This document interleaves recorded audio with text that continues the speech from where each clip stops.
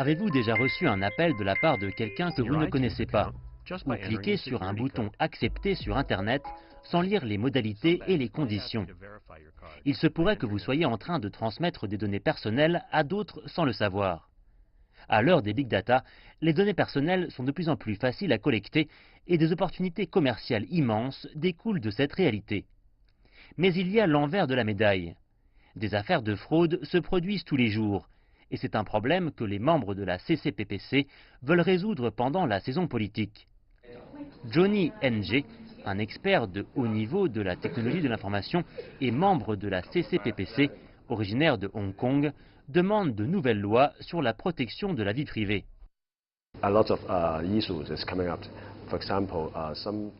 De nombreux problèmes sont apparus, par exemple des données ont été volées par des groupes illégaux et de nombreuses affaires de fraude ont été identifiées. Donc je pense que nous devons mieux développer le marché de cette industrie et adopter de nouvelles lois et régulations pour protéger les données personnelles.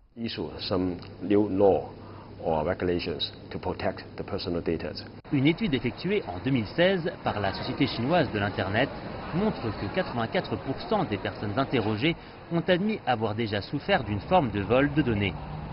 Et les cas semblent être de plus en plus nombreux. En 2017, selon le quotidien Legal Daily, la police a enquêté sur 4900 affaires de vol d'informations personnelles, débouchant sur plus de 15 000 arrestations. Par rapport à l'année précédente, le nombre d'affaires a doublé et les suspects étaient 4 fois plus nombreux. Une de mes propositions clés, c'est que nous pouvons faire référence aux lois de Hong Kong, étant donné que la région administrative spéciale a des commissaires à la protection de la vie privée pour les données personnelles établis il y a 20 ans. Un jour, de retour à Hong Kong, il a discuté de ses recherches avec ses collègues. À Hong Kong, nous avons des régulations pour toutes les entreprises, comme les grandes entreprises de télécommunications, le secteur bancaire public. Quand ils ont besoin de collecter des données de chaque utilisateur, ils doivent communiquer clairement avec ce dernier.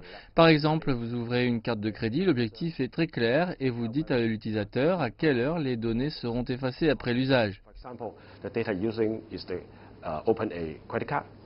Le bureau du commissaire à la vie privée pour les données personnelles a ouvert ses portes en 1996.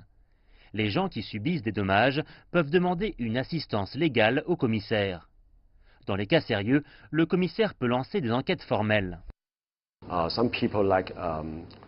L'enseignement public est très important. Certaines personnes ne s'intéressent pas à leurs données personnelles telles que l'empreinte digitale, la reconnaissance faciale, ce genre de choses. Dans le secteur bancaire, on peut utiliser l'empreinte digitale pour retirer de l'argent. Dans la région administrative spéciale de Hong Kong, le commissaire à la vie privée organise régulièrement des conférences internationales, des stages de formation, des ateliers et plusieurs autres événements publics pour améliorer la compréhension concernant les droits à la confidentialité des données privées. Nombreux sont ceux qui espèrent que les propositions de Johnny Ng auront une plus grande influence au cours de la saison politique chinoise à Beijing.